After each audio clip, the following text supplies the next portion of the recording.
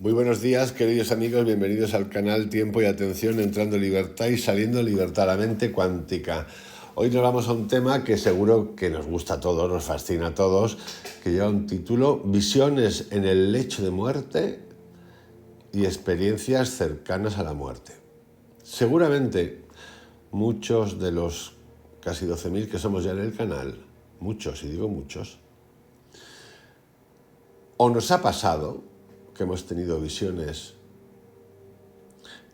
en el lecho de muerte, porque alguno de nosotros, yo no, yo no he estado cerca de la muerte, ni nada de este tipo, físicamente, a través de la psilocibina sí, pero físicamente no. O habéis tenido experiencias cercanas a la muerte. Es decir, incluso habéis estado muertos, dados por muertos, y de repente habéis vuelto. Esto nos fascina a todos. La ciencia, alguna rama de la ciencia, no toda la ciencia, lo asocia con cambios hormonales, químicos, cosas que se producen. Les tratan de encontrar una cierta respuesta, una cierta lógica. Gente que está en la ciencia no cierra la puerta, digamos, no es positivista y abre la puerta a otras cosas. Y luego hay todo un mundo de percepciones, de gente que pasa olímpicamente de la ciencia y dice: lo que he vivido es lo que he vivido y es lo que hay, lo he oído todo. Ahora tú, si quieres, como ciencia, le das respuesta a toda la conversación que he oído, te he visto a ti, al cirujano, actuar, quién estaba, los colores que tenía y lo que ha pasado, que si se ha caído cualquier cosa, lo que sea. Es un mundo fascinante porque es un mundo que a todos nos interesa en ese viaje que hacemos, como decía el otro día, que tiene que ver con el amor, el tiempo y la muerte. La muerte no nos preocupa hasta que nos acercamos a la muerte, digamos, de manera natural, por edad. Si en el camino nos ha pasado algo, la gente sí que se hace preguntas acerca de la muerte. En estos visiones en el lecho de muerte me refiero a visiones en el lecho de muerte, eso sí que lo he visto en directo. Con mi abuelo falleciendo muy cerca de la muerte. No sé, hablamos de 1 hora, 2 horas, no lo sé, yo no recuerdo ya. Muy cerca. Entablar una conversación con alguien que no está ahí y decir que ve a sus padres ahí. Esas son visiones en el lecho de muerte. Aquí ocurren muchísimas cosas. Las experiencias cercanas a la muerte significa que has estado literalmente, científicamente muerto, pero que has vuelto. El otro día contaba la última experiencia que han contado por ahí de alguien que estuvo 7 minutos con el cerebro que no está. Imposible, ¿verdad? Bueno, pues ocurre. Así que vamos a viajar a este mundo fascinante que a todos nos interesa. A todos nos interesa. Y que tiene que ver, como dicen los argentinos, a mí me encanta la palabra, con el cagazo de la muerte. Es cierto que hay gente que se enfrenta a eso desde otro lugar. En la Johns Hopkins, en el hospital de la Johns Hopkins, en la sección que tienen de conciencia y psilocibina, del cual ya he hablado, que existe literalmente, existe, real, hacen pruebas, llevan tiempo haciéndolo.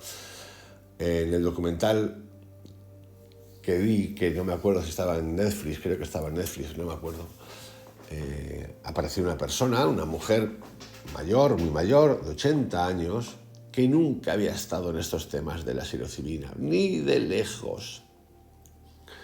Fase terminal y acaba en el hospital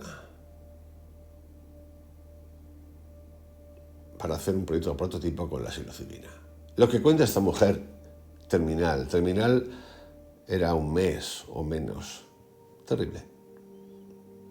Terrible desde ese lugar, increíble, impresionante desde el otro lugar. Cuando hace ese viaje y cómo sale diciendo: le he perdido el miedo a morir. Estas cosas son impactantes. Estos son los que se llaman los caminos del héroe. Estar decidido a abrir puertas. Abrir puertas. Ya me contaréis qué intermediario hay ahí. Bueno, el intermediario es la psilocibina, obviamente. qué gurú, qué maestro de colegio de la India, qué gurú espiritual, qué sistema utiliza la persona para enfrentarse a 6 horas de viaje pepinazo de psilocibina. ¿Qué sistema? Ningún sistema, por cierto, ningún sistema. Te cuentan algunas cositas antes que te pueden pasar, que no siempre pasan, ¿eh? Pero la experiencia es personal. Personal.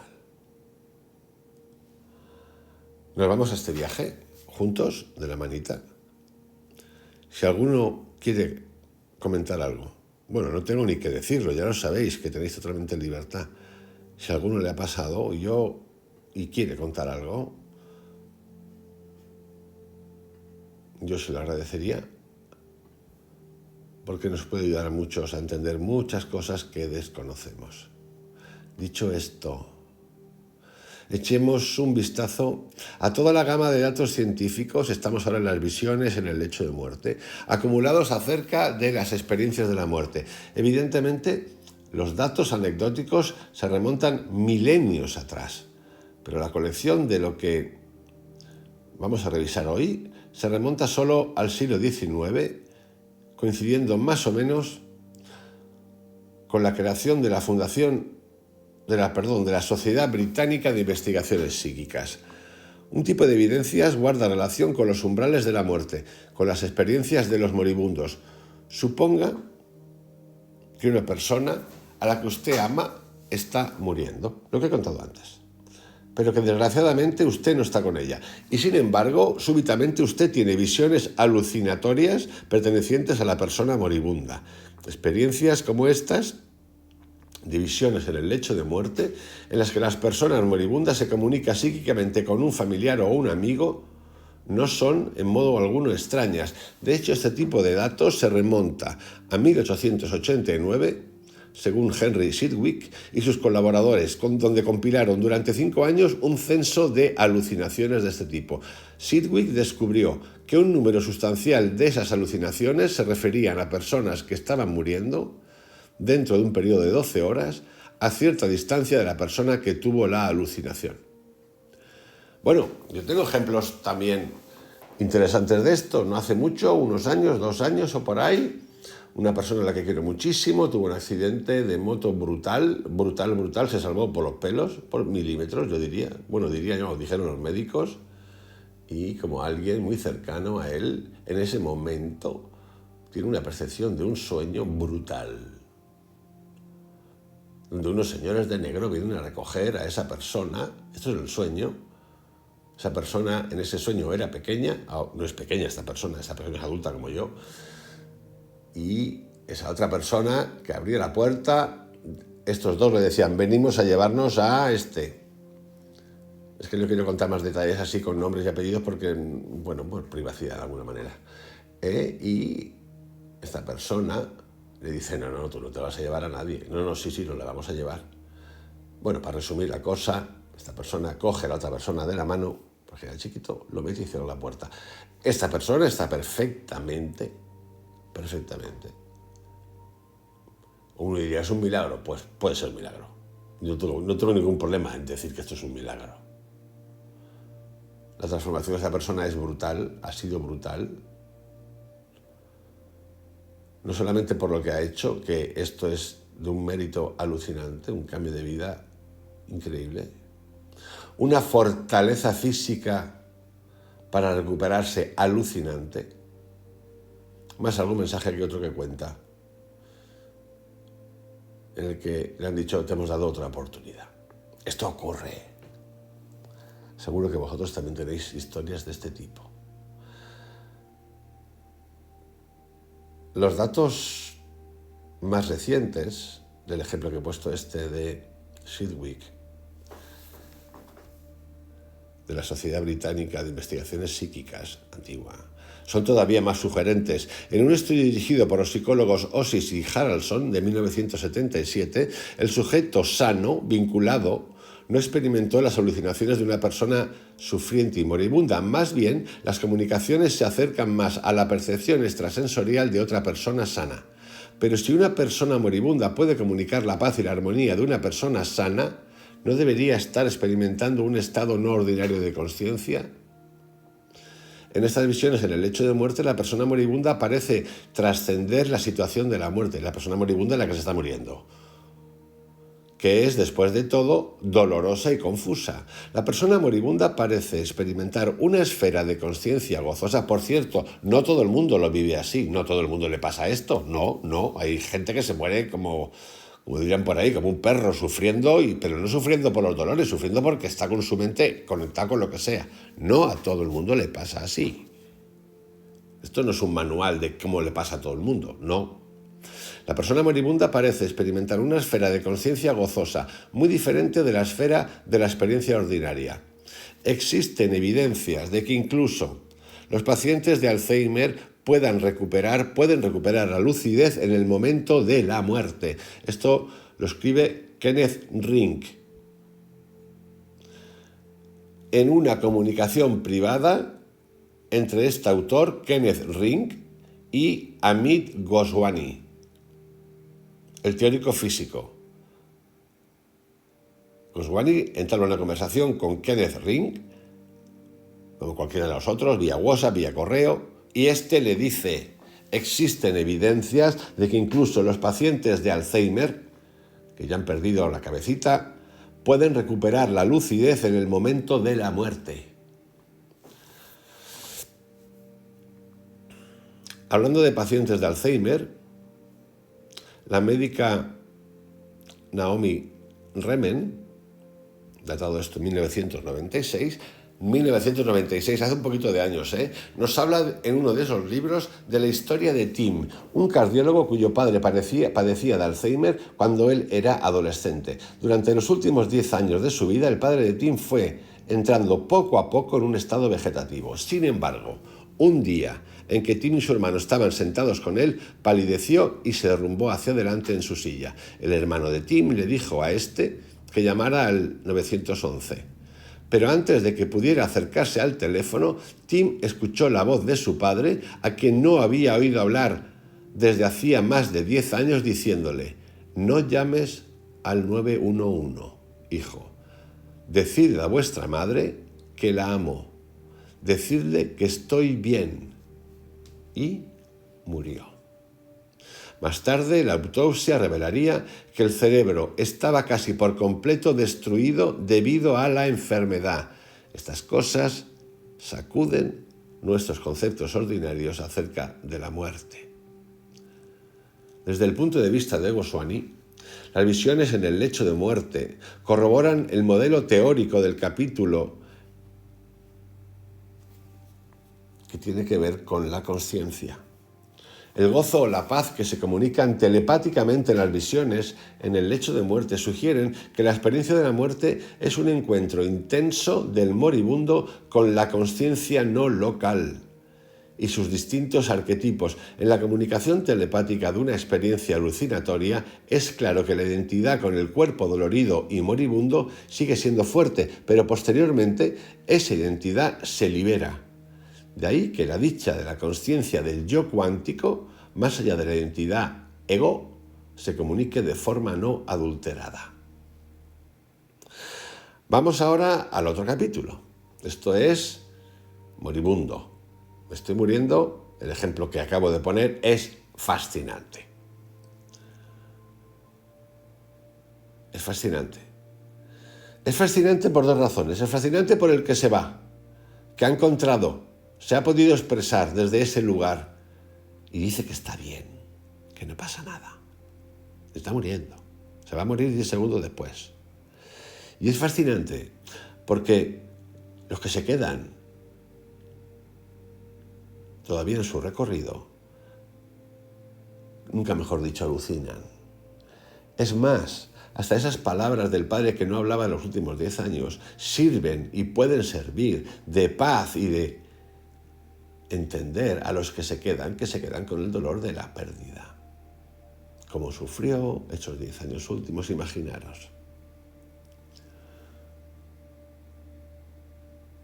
Si esto se pudiese dar más a menudo, seguramente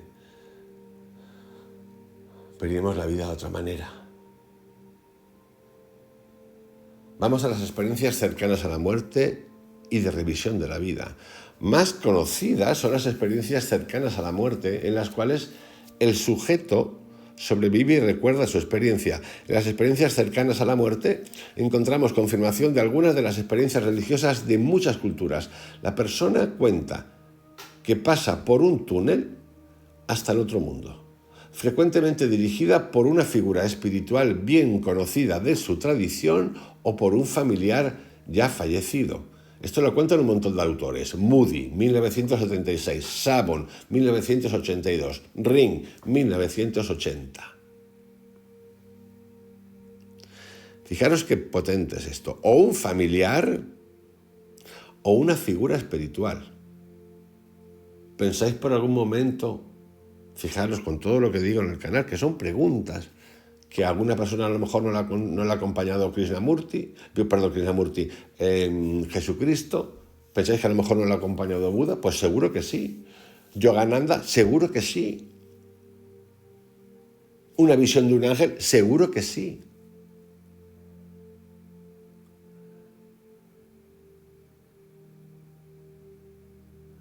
Hemos de diferenciarlo, por lo menos yo diferencio, y lo he hecho y lo he explicado aquí 40 veces. Y lo vuelvo a explicar. Nuestra mente es capaz de generar, nuestra conciencia es capaz de generar visiones, figuras,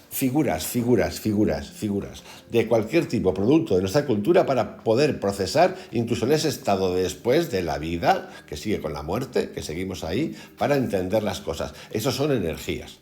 No pasa nada. Porque si fuese perfecto todo, si fuese de manual, pues no entenderíamos, ¿no? Porque hay visiones en Manuel Swedenborg, cristianas, religiosas, ángeles, visiones de la India, Shiva, quien tú quieras, visiones de las culturas maya, cada uno tiene la suya. O como en los casos de Jacobo Greenberg, de los psicólogos autóctonos mexicanos, los chamanes de México, como hay hasta inhibraciones, es decir, de dos culturas juntas.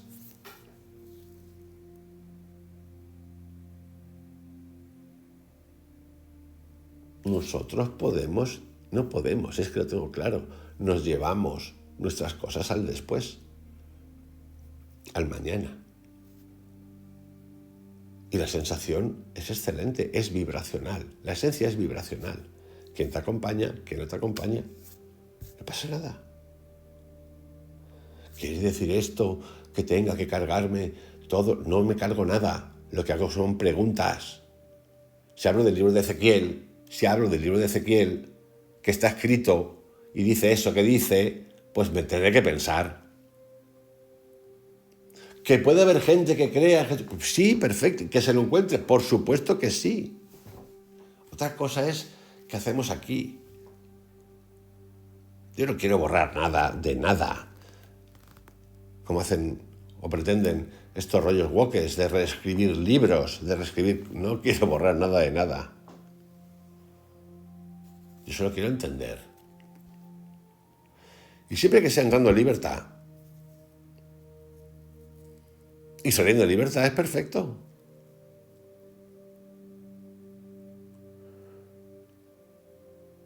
Perfecto. Permiso a nadie.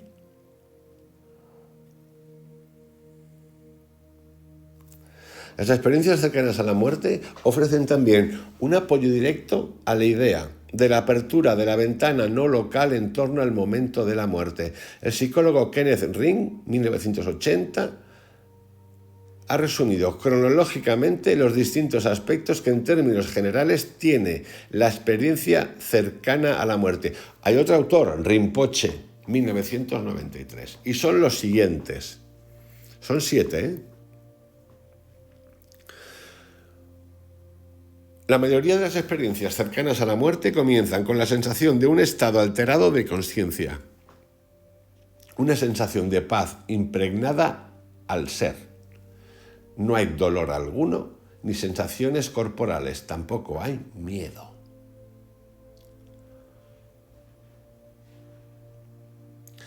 Yo he leído experiencias de este tipo, esto hay que aclararlo, en las cuales sí que hay miedo. Porque aparecen algunas cosas, vamos a llamarlas feas. También existe esto, ¿eh? 2. Muchas personas que han pasado por una experiencia cercana a la muerte se descubren fuera de su cuerpo, mirando desde arriba su propio cuerpo, que quizás esté siendo operado quirúrgicamente. Algunas tienen la experiencia de atravesar una pared, se sienten ligeras y su conciencia se mantiene lúcida. Fijaros, potente. Hay casos, como los accidentes de aviones, hay casos reconocidos, están documentados, donde gente que se ha salvado de un accidente de manera alucinante, como era de avión, ha reconocido, varias personas de ese avión que se han salvado, han reconocido una figura con nombre y apellido que estaba ahí, que apareció ahí, que las ayudó a salir del avión, del fuego, de lo que fuera. Eso también existe. 3. Ahora se encuentran en los umbrales de otra realidad. Son conscientes de la oscuridad. Pasan por un túnel. 4. Ven una luz, primero desde la distancia hasta que se les viene encima. Una luz de gran intensidad, pero que no deslumbra. Una luz de gran belleza y amor. La luz transmite belleza y amor. Algunas ven a un ser de luz, otras ven una figura espiritual, como Cristo, otras ven familiares. Muchas personas tienen experiencias de revisión de la vida, su vida entera se les muestra, en tanto que ellos mismos juzgan su manera de conducirse, buena o mala. Nosotros no podemos engañarnos a nosotros mismos. Podemos tener dualidades, que las tenemos, pero sabemos de dónde salen nuestras vibraciones. Por eso, como dice Anthony Blay, hay que sacarlo todo, para entendernos, para perdonarnos, para querernos, para amarnos, para hacer el bien. Pero el primer bien, ¿cuál es? El primer bien es el tuyo. Tú no puedes hacer el bien y ser un cabrón, ¿no? Un poco básico esto, pero para que nos entendamos, ¿eh? Que es lo mismo que dice Krishnamurti. ¿De qué te sirve meditar una vez a la semana, 2 veces por semana o 2 veces por día si luego eres un mezquino en la calle? ¿De qué te sirve? Muchas personas dicen 6. Pasar por reinos celestiales de gran belleza y dicen experimentar la unidad con todas las cosas y todos los seres. Unas pocas personas experimentan reinos infernales. Bien, porque lo he comentado antes. 7. Entonces, esto es buenísimo. Claro, son experiencias cercanas a la muerte que vuelves. Si no, ¿cómo lo cuentan? Entonces se les dice que regresen. Algunos, se ha contado, dicen, no, coño, que me quiero quedar, tío, que estoy aquí súper a gustito. Claro, no te jodes, y a mí también. Y dicen, no, amigo, te toca volver, pero es que me quiero quedar. No te puedes quedar, te toca volver. Entonces se les dice que regresen. Su experiencia en la Tierra aún no ha terminado. La apertura de la ventana no local en las experiencias cercanas a la muerte es sorprendente. Las personas que pasan por esta experiencia, como ocurre, por ejemplo, con las víctimas de accidentes, ven su cuerpo desde arriba cuando están siendo operadas y suelen aportar detalles extraordinarios de lo que han visto. Evidentemente, no existen señales locales que puedan transmitir la información, de modo que, ¿de qué otro modo explicar esta transferencia de información que mediante la visión cuántica no local, en conjunción con la visión de otra persona, como por ejemplo la del cirujano, ocurre? Los datos más recientes demuestran que incluso los ciegos pueden ver de este modo. No tienen que cargar con el hecho de que su propia visión no es operativa. Deben de ver telepáticamente, es decir, no localmente. Cuánticamente, no local. El principio de no localidad. En sincronicidad con la visión de otra persona. No hay por qué ver aquí una contradicción por el mero hecho de que estas personas comenten frecuentemente que han visto su cuerpo mientras se cernían en el techo, en tanto que la perspectiva del cirujano o de los enfermeros que le auxilian, aunque sigue siendo una visión superior, no es exactamente una visión desde el techo. La explicación es similar a la de la telepatía mental. Mientras el cirujano contempla la mesa de operaciones y obtiene una información actual, la conciencia colapsa una actualidad similar de las posibilidades cuánticas disponibles en el cerebro del sujeto vinculado, de la persona que está viviendo la experiencia cercana a la muerte. De ahí que puedan surgir diferencias menores como la de la perspectiva de visión. Esto, los que hemos hecho viajes de psilocibina, en ese estado de visión, que yo lo meto en el éxtasis, yo no puedo decir dónde estoy, norte, sur. Es una sensación de arriba, pero es una sensación de arriba, es otra dimensión, esa dimensión no tiene tiempo, parece que hay espacio, pero no tienes una sensación de espacio, no la tienes. Lo ves todo, lo observas todo, lo sientes todo. El hecho de que las experiencias cercanas a la muerte sean encuentros con la conciencia no local y sus arquetipos es algo que se desprende directamente de los datos. Una nueva dimensión de las investigaciones sobre experiencias cercanas a la muerte indica que, cuando se estudia la vida posterior a la experiencia de las personas que sobreviven, se descubre que muchas de ellas han sufrido una profunda transformación en su manera de vivir y de entender la vida. Por ejemplo, muchas de ellas ya no sufren ese miedo a la muerte que se cierne sobre la psique de la mayor parte de la humanidad. Esto aquí, pero esto mismo se ha puesto el ejemplo de la psilocibina de esa mujer en el hospital de la Johns Hopkins. Brutal.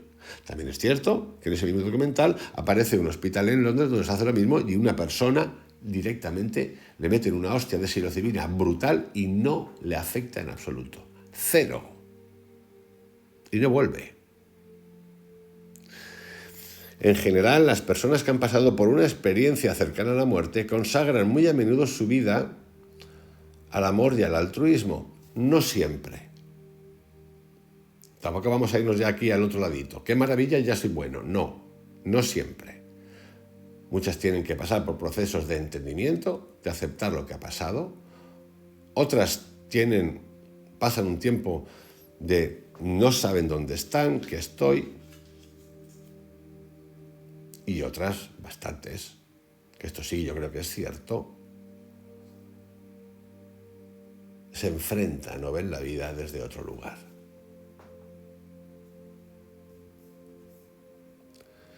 ¿Qué explicación tienen las imágenes concretas de las que hablan estas personas? Los sujetos que han pasado por una experiencia cercana a la muerte reducen sustancialmente su identidad corporal. El ego ya no está ocupado controlando el cuerpo. Se trata de un estado muy parecido al estado de ensueño, muy similar a lo que los psicólogos jungianos denominan gran sueño. Al igual que en el gran sueño, las personas se encuentran con imágenes arquetípicas, como las de Buda o Cristo. Yo no he muerto ahí, pero sí que he muerto 2 veces en los viajes de psilocibina, y en 2 veces apareció Buda. Por cierto, ¿cuál es mi relación con Buda? Básicamente poca. Es más, si se me hubiese aparecido Jesucristo, pues diría, pues coño, sí. ¿Por qué? Pues como me eduqué en un colegio católico, me he leído toda la Biblia, los catecismos, lo que tú quieras, he rezado a Dios, a Cristo, a los angelitos, a los angelotes, a todo el mundo ese. O sea que, en cuanto a memoria histórica, ¿no?, de pasado, mi mente debería de tender a esa, ¿no? A mí, esta pregunta os lo estoy respondiendo ahora, pero a mí me da igual, yo no entré en ninguna disquisición de ningún tipo, pero a mí el que se me apareció fue el Buda. ¿Y de qué manera? Repito, al igual que en el gran sueño, la persona se encuentra con imágenes arquetípicas como la de Buda o Cristo. Fijaros que digo aquí, que he dicho hace poquito, pero si Buda no sabemos si existió. Bueno, pues sí, yo pienso que igual no existió. 500 años después se empieza a hablar de Buda. Pero a mí se me apareció Buda. Pero, ¿de dónde proceden las imágenes en los grandes sueños o en las experiencias cercanas a la muerte? Coincidiendo con los modelos neurofisiológicos, por ejemplo, de Hobson, de 1990, Goswami cree que construimos las imágenes a partir del ruido electromagnético aleatorio de Rorschach, que siempre existe en el cerebro. Ese ruido electromagnético yo lo identifico, esto es un término científico, el ruido electromagnético aleatorio de Rorschach. A lo que he dicho antes, nosotros culturalmente fabricamos una serie de cosas. Ahora yo me pregunto, ¿dónde he fabricado yo culturalmente ese Buda? Pues bueno, habré leído alguna cosita, algún viaje a la India, lo que tú quieras. Me impactó, puede ser. Es una manera que tenemos de poder aceptar eso, no solamente verlo como energía o vibración. Sin embargo, este ruido es de naturaleza cuántica, representa las posibilidades cuánticas y no es clásico y determinista, como suponen los neurofisiólogos. La consciencia colapsa patrones adecuados en imágenes plenas de significado con el fin de poder reconocerlos. Ahí lo tenéis, amigos. La consciencia colapsa patrones adecuados en imágenes plenas de significados con el fin de poder reconocerlos. Porque a nosotros, que estamos aquí, nos resultaría más fácil visualizar a un Buda, a un ángel, que me da lo mismo, a la Virgen María, a Shiva, a un faraón, a un chamán, que ver solamente energía. Que en realidad es energía, vibración. Pero el punto clave en las experiencias cercanas a la muerte es la reducción, incluso la liberación de la identidad del ego, que les permite a los sujetos recordar imágenes arquetípicas que normalmente no recordarían. Es más, muchos de nosotros, a mí no me ha sorprendido, pero mucha gente dirá, coño, pero ¿y esto de dónde me ha salido a mí? Está dentro.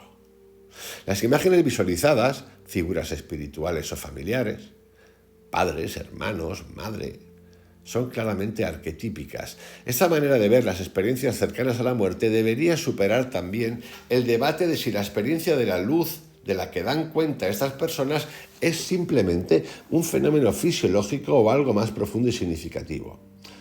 Según la opinión de Goswami, se trata de ambas cosas. Lo que los materialistas pasan por alto es que las personas que sufren estas experiencias trabajan con lo que hay disponible fisiológicamente en sus cerebros, pero le dan un nuevo significado, de forma muy parecida a lo que hacemos en una experiencia creativa, cuando transformamos una escena mundana en una nueva inspiración. Dicho de otro modo, la consciencia y no el cerebro, la consciencia, repito, y no el cerebro, ordenan los acontecimientos neurofisiológicos en una experiencia espiritual única, singular. Empezamos por primera vez a ver de una manera distinta. Nosotros en la vida terrenal, física, vemos a través de las experiencias tenidas físicamente y la memoria. Esta experiencia trasciende eso, nos permite ver desde otro lugar. Por último, muchas personas que han pasado por una experiencia cercana a la muerte dan cuenta de experiencias de revisión de su vida, en las cuales toda su existencia, o al menos una parte importante de ella, se va desarrollando en flashes sucesivos ante sus ojos. Por cierto, esto pasa a una velocidad inaudita. La velocidad es tal que en un estado normal, de no estar en ese estado, es imposible, no te da, tu mente no te da a revisar a esa velocidad una foto, un flash de un momento, no te da. Sin embargo, en ese estado te da, pero bueno, te da. Los bits de información recibidos y procesados es bestial la velocidad, bestial. Se va desarrollando en flashes sucesivos ante sus ojos. Esto lo cuentan a la perfección dos autores, Green y Krippner, escrito en 1990. Y esto es crucial para nuestro modelo de trabajo. Cuando la persona moribunda contempla la revisión de su vida, comparte sus recuerdos con el niño de la siguiente encarnación, esto es lo que dice Goswami, en el momento de renacer.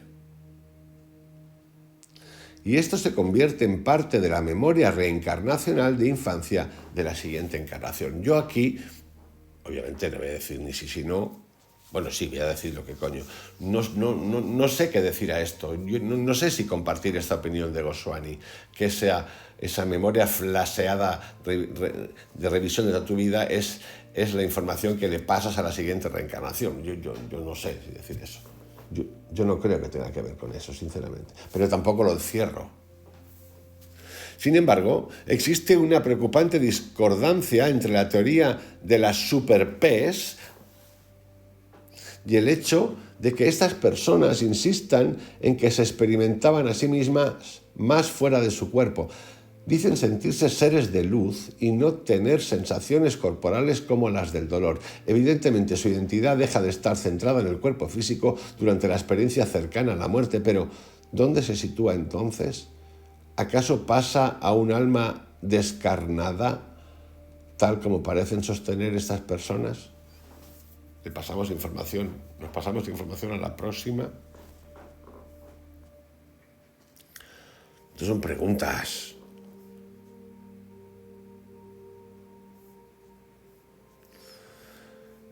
En ese sentido, existen muchos ejemplos relatados, documentados, acerca de esas reencarnaciones. Pero yo me voy a ir ahora a uno que me fascina mucho, que ya sabéis que habla mucho de él, que es el psiquiatra Stanislav Grof, que consiguió evocar el recuerdo de vidas pasadas en muchas personas bajo los efectos del LSD y con una nueva técnica que se llama la respiración holotrópica. En la respiración holotrópica no hay LSD, es respiración holotrópica. De todas estas experiencias, por cierto, él las prueba todas. Él la prueba DMT, psilocibina, todo. De todas estas experiencias se han obtenido muchos y buenos datos acerca de recuerdos de vidas anteriores, datos que confirman básicamente el modelo siguiente. A continuación os comparto lo que Stanislav Grof dice acerca de sus casos de recuerdos de reencarnaciones. Estos, los recuerdos reencarnacionales, los sienten como algo sumamente real y auténtico y con frecuencia median el acceso a información precisa acerca de periodos históricos, culturas e incluso acontecimientos históricos que la persona no ha podido adquirir a través de los canales ordinarios. En el caso, voy a hacer un inciso aquí, de Dolores Cannon, cuenta cómo hay personas en esos estados de hipnosis donde hablan idiomas de hace 3.000 años. Que no lo sabe, que no lo ha aprendido, que el tipo era mecánico o fontanero y está hablando en hebreo del año 3000 o 2000 o arameo o lo que sea. En algunos casos, la precisión de esos recuerdos se puede verificar objetivamente, a veces con sorprendente detalle. Los criterios para la verificación son los mismos que los utilizados para determinar qué ocurrió el año pasado, identificar recuerdos concretos y obtener evidencias independientes de al menos algunos de ellos. Yo mismo, dice Stanislav Grof, he observado y publicado varios casos excepcionales donde la mayoría de los aspectos inusuales de tales experiencias se pudieron verificar mediante una investigación histórica independiente.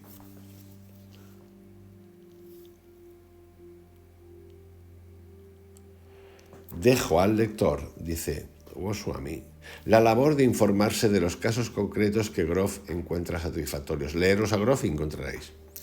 Si uno crece en la India, no resulta extraño oír hablar de niños que recuerdan sus experiencias de vidas pasadas. Esto está documentado también. Padres y hermanos se muestran bastante comprensivos con esto. Y lo mismo ocurre en el Tíbet. Es habitual encontrarse con niños pequeños que recuerdan objetos y personas de sus vidas anteriores. Mirad la película Kundum, y ahí tenéis un ejemplo de Scorsese. Esto lo dice el actual Dalai Lama. Algunos pueden incluso recitar escrituras, aunque no se las hayan enseñado. De hecho, los tibetanos hacen un buen uso de esto para localizar las almas y rinpoches encarnados. Vamos a hacer aquí una paradita en los siguientes términos. Si tú te te educas en una cultura en la que esto es común y que todo el mundo habla de esto, igual que en el cristianismo, si somos cristianos o católicos, todo el mundo habla de angelitos, angelitos, angelitos, la Virgen María, crucifixión, Dios, la Virgen María, ángeles, San Gabriel, no sé qué. ¿Qué ocurre? Que tú lo estás replicando. Tú le estás diciendo a tu mente energía, lo que tú quieras constantemente, que eso es así. Pues lo normal es que lo veas. ¿Es así o no es así? Da igual. Nos da igual. Nos ha de dar igual. Pero es una recreación. ¿Qué es lo que tenemos que entender? Nosotros somos capaces de recrear lo que nos dé la gana. Y necesitamos, como he dicho anteriormente, formas visuales determinadas para entender y procesar esa información. Esto es lo que me lleva a mí a cuestionarme el tema de la reencarnación. ¿Y tú te lo crees o te lo crees? Pero esto, como decía, es relativamente raro en la cultura occidental.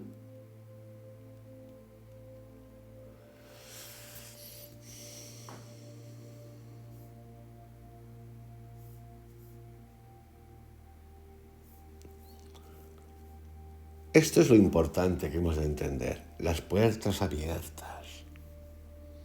Las puertas abiertas. Quien quiera aceptar el dolor y meterle sufrimiento, que se lo meta. Quien quiera entender la vida como fuerza de voluntad y sacrificio, que lo haga. Estáis en vuestro derecho, no tenéis que pedir permiso a nadie.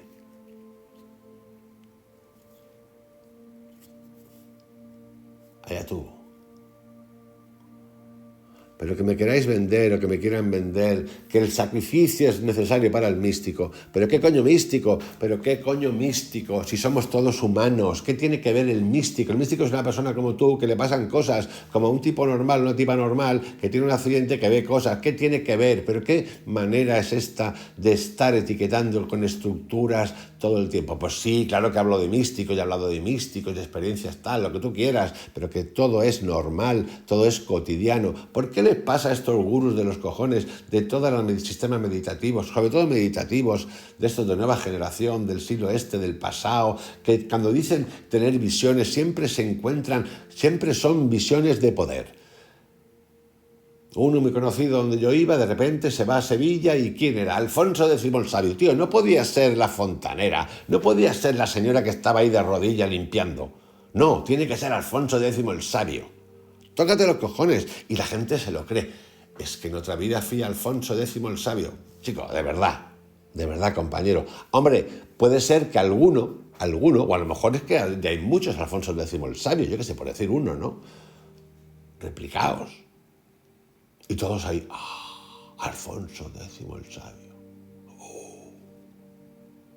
Venga, hombre, amigo. Un poquito de cortesía, ¿no? Vamos a un poquito más, que esto es interesante. Porque aquí, que tiene que ver con la energía. Esto es como los dibujos, pero no se vayan todavía, que aún no hay más. Y dice lo siguiente: no solo se transmite la memoria, sino también el carácter. Porque el carácter, ¿qué es? La secuencia de hábitos, los que sean acumulados durante el tiempo, que forman el carácter. Yo recuerdo, lo he contado tantas veces, un antiguo jefe que tuve. ¡Qué mente más amueblada! Digo, la puta madre. Tenemos una tienda de Ikea en su cabeza. A mí me explotaba la cabeza. Es un buen tipo, ¿eh? Eso lo decían otros. Pura palabra. Vamos a seguir con esto. No solo se transmite la memoria, sino también el carácter. El fenómeno de la memoria de vidas pasadas tiene lugar probablemente a través de la apertura de la ventana no local de la persona, pero hay algunos detalles que no encajan. Por ejemplo, tomemos el caso arriba citado de, un ejemplo que no he mencionado, de Swarnalata. Cuando Swarnalata, Carlitos, ¿vale? O Lucía, da igual, Sarnalata, Carlito, Lucía, se encontró con la familia de su anterior reencarnación, cuando era Villa, esto tiene que ver con la India, se descubrió que adoptaba también el carácter y el papel de Villa. En su vida presente se comportaba como la niña que era en su entorno habitual. Pero cuando estaba con la familia Patak, adoptaba el carácter de Villa. Se comportaba como hermana mayor de personas que le sobrepasaban con mucho en edad. En el caso de Ellen Wackbach, la niña autista Linda, esta conservaba sus habilidades en matemáticas y en lectura de su vida pasada. Dados estos hechos, ¿qué aporta el condicionamiento de la vida pasada a la vida actual? En este punto el modelo que presento no tiene respuestas, nos dice Goswami. Hay datos que tampoco encajan bien. Stevenson en 1987 relacionó los fenómenos de talentos especiales con las memorias de vidas anteriores, pero un talento especial no es el resultado de los recuerdos de contenido que el modelo del capítulo anterior puede manejar. Un talento especial haría referencia más bien a los recuerdos de una propensión o a contextos aprendidos del pensamiento. Por ejemplo, la semnoglosia, fenómeno por el cual los niños o incluso de vez en cuando un adulto hablan en un idioma que no han aprendido en esta vida, entra también dentro de esta categoría. Se llama semnoglosia, con X, semnoglosia. Repito, fenómeno por el cual un niño o un adulto habla en un idioma que no han aprendido en esta vida. Goswami nos cita también, no está en la memoria, la cita del Dalai Lama, que dice: algunos niños tibetanos pueden incluso recitar escrituras aunque no se las hayan enseñado. Pero esta habilidad para recitar escrituras no se puede explicar como un recuerdo reencarnacional en sí. Además, cuando los tibetanos buscan a las reencarnaciones de sus rinpoches y de sus lamas, confían más en tales cualidades transmigradas como la habilidad para recitar escrituras que en el recuerdo reencarnacional. Los investigadores de la reencarnación han descubierto que las personas que recuerdan vidas pasadas muestran rasgos de carácter que no se pueden explicar a partir de los genes ni del condicionamiento ambiental.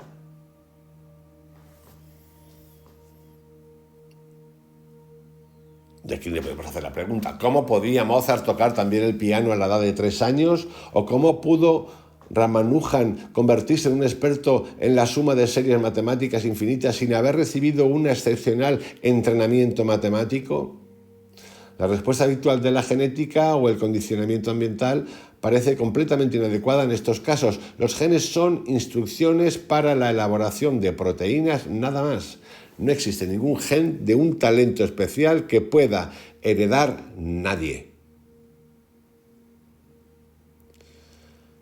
Y la presencia de un condicionamiento ambiental se puede comprobar en cada caso individual de niño prodigio. De hecho, hay un número sustancial de casos, como el de Ramanujan, en los cuales el condicionamiento ambiental adecuado está llamativamente ausente a la hora de explicar el talento especial. En fin, queridos amigos, todo un temazo este de hoy, ¿no? Visiones y visiones y visiones. Voy a seguir con esto de las visiones porque es importante tener algo más de información. Información no significa verdad, Información, datos, y cada uno va procesando en base a lo vivido, recuerdos, amigos que les haya pasado cosas, El próximo audio, vamos a seguir con esto, os va a encantar, tiene que ver con las fobias, tiene que ver con la terapia de la regresión, que seguramente algunos habéis hecho. Yo no la he hecho, no me ha apetecido hacerla. Por ahí un día la hago. Vamos a mirar a un autor del que hablo en este canal, Edgar Cayce. Lo conoceréis, ¿verdad? Seguimos con esto. Os envío un abrazo bien grande, que tengáis un excelente día y os invito, de verdad, compartir, si queréis, experiencias vuestras o experiencias que hayáis oído, de gente que conozcáis, con el fin de ayudarnos a todos a entender qué hacemos, cómo procesamos, qué pasa entre las culturas, qué hay después. Un abrazo bien grande esta mañana, cuidaros mucho, chao.